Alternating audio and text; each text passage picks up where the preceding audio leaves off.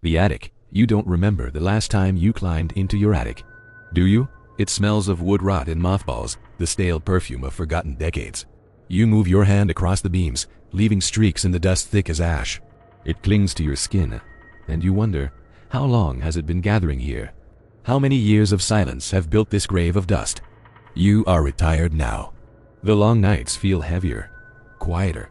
Do you sometimes think retirement is just another word for waiting? Waiting for what, the end? And that's when you see it, a box, wedged between broken suitcases and a cradle that hasn't held a child in half a century. The box is metal, military green, the kind used in old rail depots. Do you still remember the smell of oil and steel? The click of signal switches under your hand? The way your ears rang after long shifts? You unlatch it. The hinges groan like an animal waking. Inside, an old railway signal radio.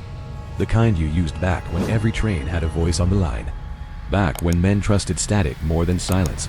But this one looks wrong. Too clean. No rust. No dust inside the dials, as if someone has been using it. Tell me, why is the power cord warm in your hand? Midnight comes. You didn't mean to be awake, but the house itself kept you from sleeping. Have you noticed how the walls expand and contract at night, like lungs inhaling? Or maybe it was just your own breath. You hear a click. The attic. You left the box closed, didn't you? Now the radio is humming. Static spreads through the wood above your ceiling like mold, pressing against your skull. You climb the ladder, one rung at a time. Each step groans. It feels like the house is warning you. Don't go up there. Do you listen? Of course not. You always were stubborn. The radio light glows faintly green. No electricity runs through this house at night. You sit before it. Your knees ache on the attic boards. You touch the dial. It resists you, stiff, like turning the neck of something long dead, and then the accent is strange, hollow, like words shouted down a tunnel. Can you hear me? It asks you. Not anyone else. You freeze. No one is supposed to be on this frequency. The station was shut down decades ago. Isn't that what you told yourself? That the line was cut? Then why does the voice know your name? Yes, your name. Clear, sharp, as if whispered against your ear. The attic is very cold now. Do you feel it too? The voice stutters, repeats itself. You lean closer, even though every instinct screams not to. You were the last to close the line. And you remember that night, that accident, the night the train never arrived. Do you still see the headlines sometimes, hidden in the folds of your dreams? Do you still hear the shrieks of the metal against metal? Do you remember how many they said were missing? The voice continues. We are still waiting. The attic bulb flickers once, twice, then goes black. The only light left is the radio glow. You should turn it off. Shouldn't you? But your hand doesn't move, because the voice is not alone anymore. Do you hear them? A chorus, faint at first, then louder. Dozens, hundreds of voices bleeding through the static, overlapping, begging, whispering. Men, women, children, dead passengers. And they all want to speak to you. The dial turns on its own. Another frequency, another voice. Conductor? It asks. No, not conductor. It says, murderer. You sit frozen in the attic, heart pounding like an engine in your chest. The radio hums. The static breathes. What if I told you it will turn on again tomorrow night, at exactly midnight? Would you come back? Or do you already know you don't have a choice? Because once you've heard them, they never stop calling. And you, alone in your attic, with the dust and the cold, realize something dreadful. This isn't the end of the story. This is only the signal test. The real broadcast hasn't begun. Not yet. Do you believe in coincidences? Or do you secretly think everything is connected by threads you cannot see, by signals you cannot hear until it's too late? You tell yourself the attic last night was a dream, old age, fatigue, memory playing tricks. You tell yourself the radio is nothing but rust and wires. And yet, why is it that when midnight nears again, your hands are restless? Why do your eyes keep searching the ceiling as if something waits above you? The ladder creaks under your weight. Your knees ache. You hate the attic, don't you? And yet you climb. Because isn't curiosity stronger than fear? Isn't denial just another way of saying you want to see it again? The radio is already on. You didn't touch it, did you? The green glow spills across the beams, faint but steady. It looks like a single eye in the dark, watching. And then, The voice returns. Can you hear me? The same tone. Hollow. Mechanical. As if the speaker is inside a tunnel that never ends. But tonight, there is something different. Tonight the voice is clearer. It says your full name. Slowly. Deliberately. Do you remember the last time anyone spoke it like that? With weight? With recognition? You whisper back. You don't know why, but your voice cracks. Who are you? Static. Then laughter. But it is not joy. It is the kind of laughter that comes from people with no air in their lungs. Who are you? It echoes back. The attic feels smaller now. The roof presses closer. The walls lean inward. Isn't it strange how silence has shape? How static can fill a room like water? The voice continues. You were on the line. You closed the switch. Closed the switch. You know what it means. You swore you had forgotten.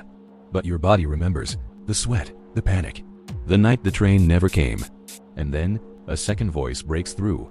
Higher, fragile. A child's voice. Where is my mother? It asks. You feel your throat dry. Because no one told them, did they? No one told the passengers they never arrived.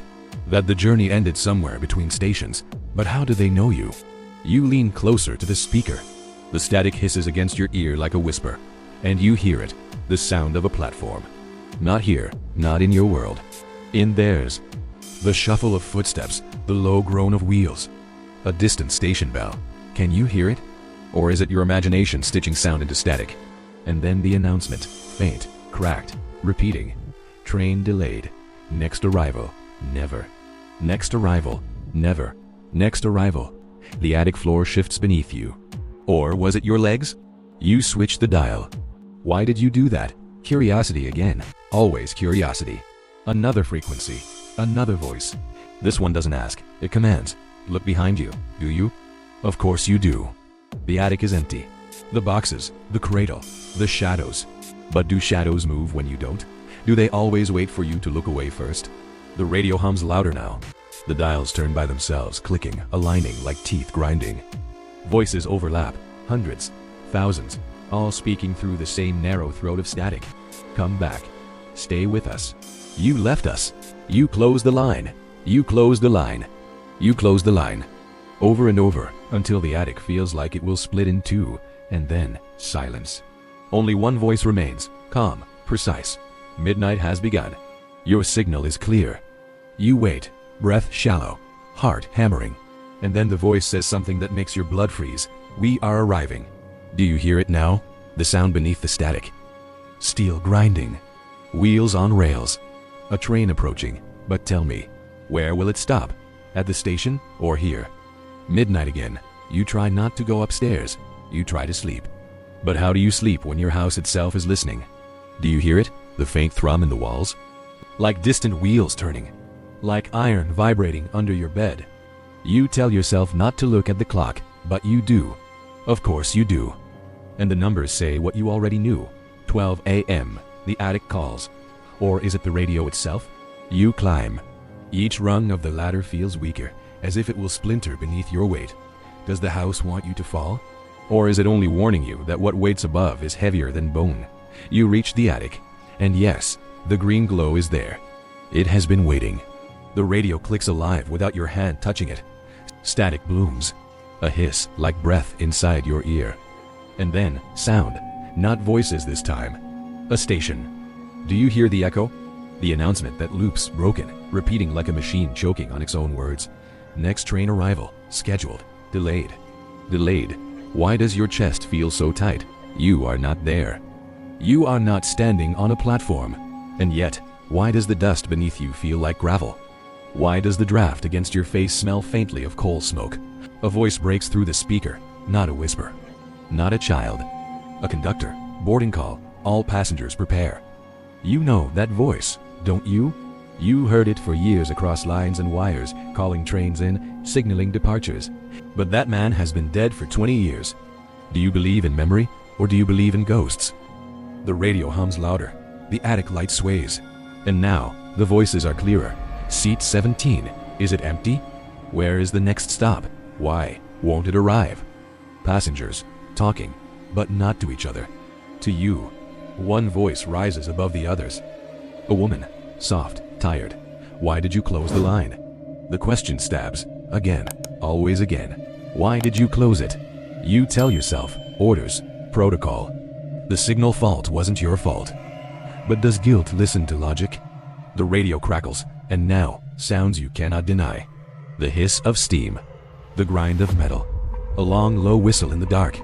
Tell me, do you hear it in your ears or in your bones? You lean closer. You know you shouldn't, but you do. And for one heartbeat, one impossible second, you see a platform. Shadowed figures waiting. Their shapes blurred, incomplete, as if memory itself has worn them down. A clock frozen at midnight. A track that stretches into nothing. And the train. It is coming. The attic boards rattle. The air grows hot. The radio voice repeats. Arrival. Arrival. Arrival. But the train never stops. It passes. Screaming wheels, shrieking brakes that never bite. The sound fills your skull until your teeth ache. And then it's gone. The passengers remain. Still waiting, still whispering. They turn toward you. Yes, you. And in unison they ask, will you ride with us? The attic bulb bursts. Glass showers the floor. Darkness. Only the green glow remains. The radio hums and hums and hums. And you know, as the static wraps around you like chains, that the train never arrives because it never left. It is still waiting. For you. Have you ever been surrounded by a crowd, but felt completely alone? That is what it feels like now. The attic is silent except for the radio, and yet, how can silence be so loud? Do you hear it too? The sound of 1,000 throats holding back 1,000 words? The static bends, breaks, and the voices return. At first, only one. A man, deep, tired. You closed the signal, he says. No greeting, no name. Just accusation. How long have you been waiting to hear it? Or did you always know it'd come back for you? Another voice. This one, fragile, cracked. A woman. We were still on board. Do you remember us? You shake your head. You whisper no. But the radio doesn't care about your denials. Because now they all speak at once. Hundreds of them. Layered. Chaotic. Like the rush of a station when the train doors open. Except these doors never opened. Where is my child? Did you hear me screaming? Why did you shut it down? Why did you leave us? And then, the worst of all. Why are you still alive? The attic grows colder. Your breath comes out white. It curls in front of your face and hangs there too long. You lean closer to the radio. Against reason. Against instinct. Because you need to know, don't you? The static shifts. And suddenly, the voices are not vague anymore. They know things about you. Your hands shook that night. You didn't report the fault in time. You told yourself it wasn't your responsibility. How do they know that? Did you tell anyone? Or were you the only witness? One voice cuts above the rest. A child again. High, sharp, filled with anger. You didn't even look back. Do you remember the night? The tracks screaming. The silence that followed. You said you never looked back. You said it was better that way. But the dead remember. The static deepens, low and heavy, vibrating in your chest like a heartbeat. And now they don't just talk, they ask, do you feel guilty? Do you think you deserve to live? Would you trade places with us? You don't answer. Do you dare? The dial turns on its own, another frequency. At first, silence. Then, a whisper. Your name, your full name. Over and over, until it no longer sounds like your name at all, just an open wound of syllables. You step back, but the voice follows. Not from the radio anymore, from behind you. Do you turn? You shouldn't, but you do. And the attic is empty. Of course it's empty, isn't it? You grip the radio, your knuckles pale, your pulse uneven, and that's when the voice changes. It is no longer a stranger. It is a voice you know. Familiar, intimate, impossible, a colleague. The one you worked with on the line that night.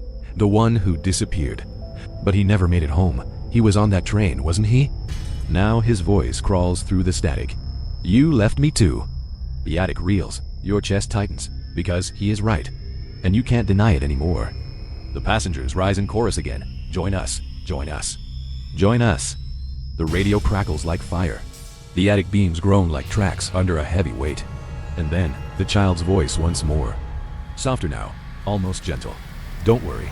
The train is coming for you. The static dies, the green glow fades, but the silence it leaves behind is worse than the noise. Because for the first time you realize something chilling.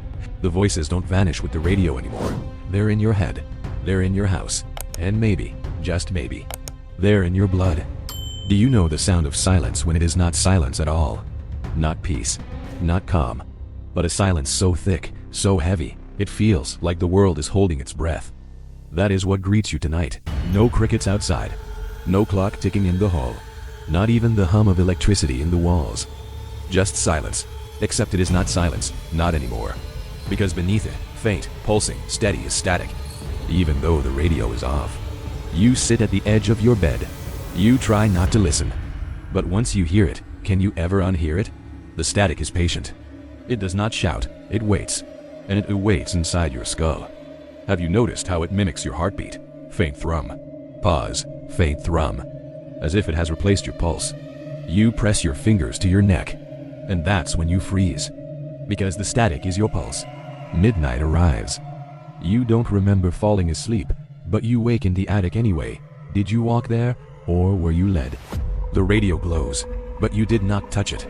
The dial spins slowly on its own. And then the voices come again. But they are not distant this time. Not trapped behind the hum of static. No, they are in the rafters, in the walls, in the floorboards beneath your feet. Every creak of the house is now a whisper. Every shadow a mouth. Closer, they murmur. You don't move. Closer, they say again. Why do you obey? Why do you lean over the radio when every instinct tells you to run? Because you must. Because the voices have hooked themselves into something deeper than instinct. Deeper than fear. They have hooked themselves into your guilt, and guilt always answers, doesn't it? The radio hisses. And suddenly you hear a sound you have not heard in years. A train, steel on steel, a long bending shriek. A horn that cuts through the dark like a blade. But there are no tracks nearby, not anymore. The station was demolished decades ago. You know this. So how do you hear it now? The floor trembles. Dust sifts down from the beams. The air tastes of iron and smoke. The radio pulses green, then red, then black. And the voices shift. Not pleading anymore. Not begging, commanding. Bored, bored. You whisper, no, I won't. But your words are nothing against the tide. Because the attic door behind you opens. And what do you see? Not your house. Not your stairs. But a platform, cold fog. Rusted tracks stretching into nowhere. A lantern swinging from an iron hook, though no wind moves. The smell of oil, ash, and something rotten. You hear the train again, closer now. The ground vibrates with its approach. But tell me, can you see it, or is it only sound? Is it only in you? You step back, but the platform does not vanish. It waits, as if it has always been there, hidden in your attic. A voice cuts through the fog, the same child's voice. The one that never leaves. Don't be afraid, you don't have to wait much longer. The fog parts. And for a moment, just a moment, you see shapes. Passengers, not whole, not alive, not gone, just waiting. Their eyes like lanterns. Their mouths open, but no breath escapes. And yet you hear them whispering, we are still here. We are always here. We never left. You stumble back. The attic walls return in a blink. The platform is gone, but the radio remains. The glow brighter now, hungry. And the static? It no longer hums in the air. It hums in your chest. It hums in your blood. And you know what it means. The train is not just coming for you. The train is already inside you. You tell yourself it was a dream. But dreams don't leave footprints in dust, and there they are. Fresh tracks across the attic floor. Small, bare, child-sized. Do you remember walking barefoot last night? No. So whose are they? The radio flickers again. It has not waited for midnight. It hums now. 11:27 p.m. The rules are breaking. Or perhaps they were never rules at all. Perhaps you only assumed. The dial spins, the speaker growls, and the attic breathes. Yes, the wooden beams exhale. The floor sighs. The insulation in the walls shifts like lungs filling. Your house is not a house anymore. It is a waiting room. The horn blows. Deep, sonorous, shaking the marrow of your bones. Have you ever heard a sound so large, so absolute, that your body obeys it before your mind? That's what this is. Your knees weaken. Your breath shortens. Your pulse bends itself to the rhythm of the horn, because the train is here. At last, the attic hatch creaks open by itself. And below, you don't see your staircase. You see tracks. Shining, endless, black steel dripping with condensation as if freshly laid. Fog coils around them like snakes. The smell of burning coal, heavy and oily, saturates your throat, and you know, this isn't the end of the line. This is where the line begins. Figures move in the fog. The passengers, their faces clearer now. Skin waxy, eyes hollow, lips blue. Every blink slower than the last, as if life never left but refuses to return. They turn to you in unison. And though they have no breath, their mouths still form the words, "Your seat is ready." Do you argue? Do you run? Or do you ask the question trembling on your tongue, "Why me?" The child's voice answers from nowhere and everywhere, because you listened. The static inside you grows sharper, like teeth gnawing at your veins. Your vision pulses in time with it. You stumble forward, hands pressed to your ears. But the static isn't in the air anymore. It isn't in the radio. It is you. The horn screams again. And this time, you see it. Through the fog, the train emerges. Rusted. Massive. A carcass of iron and shadow. Windows smeared with black frost. Doors dented and clawed from the inside. Every wheel grinds against steel. Sparks leaping like fireflies from hell. And yet, it does not stop. Not for the passengers. Not for you. It slows, but it does not stop. The voices rise. Bored. Bored. The passengers begin to move. They drag themselves forward, their steps jerky, broken, puppet-like. One by one, they vanish into the fog where the train should be. But do you see them enter? No. They are swallowed. As if the fog itself is the door. The child's voice speaks again. But softer now, almost kind. You can stay here, alone, forever, or you can come with us. You already know which you'll choose. Do you? Do you truly? Because your legs are moving without your command. One step, then another. Onto the tracks. The radio hums louder, rattling in your hands though you don't recall picking it up. Its glow syncs with the train's lights. Or maybe the train has no lights at all. Maybe you are the light it follows. The fog opens. A door yawns. Inside, the train is endless. Seats torn, corridors stretching beyond sight, windows framing nothing but black. Passengers sit in silence, not looking at you, not moving, but listening. Listening as though you are the broadcast now. The child's voice again, right behind your ear. Step in. It's your turn to tell the story. And so you do. Because what choice is left? The moment your foot crosses the threshold, the attic is gone. The house is gone. The world is gone. There is only the train, the fog, the endless, endless track. And the radio, still humming in your grip. The door slams shut. The wheels shriek. And the train lurches forward into forever. The static inside your chest smooths into a steady signal. And then, at last, you understand. You were never listening to the dead. The dead were always listening to you.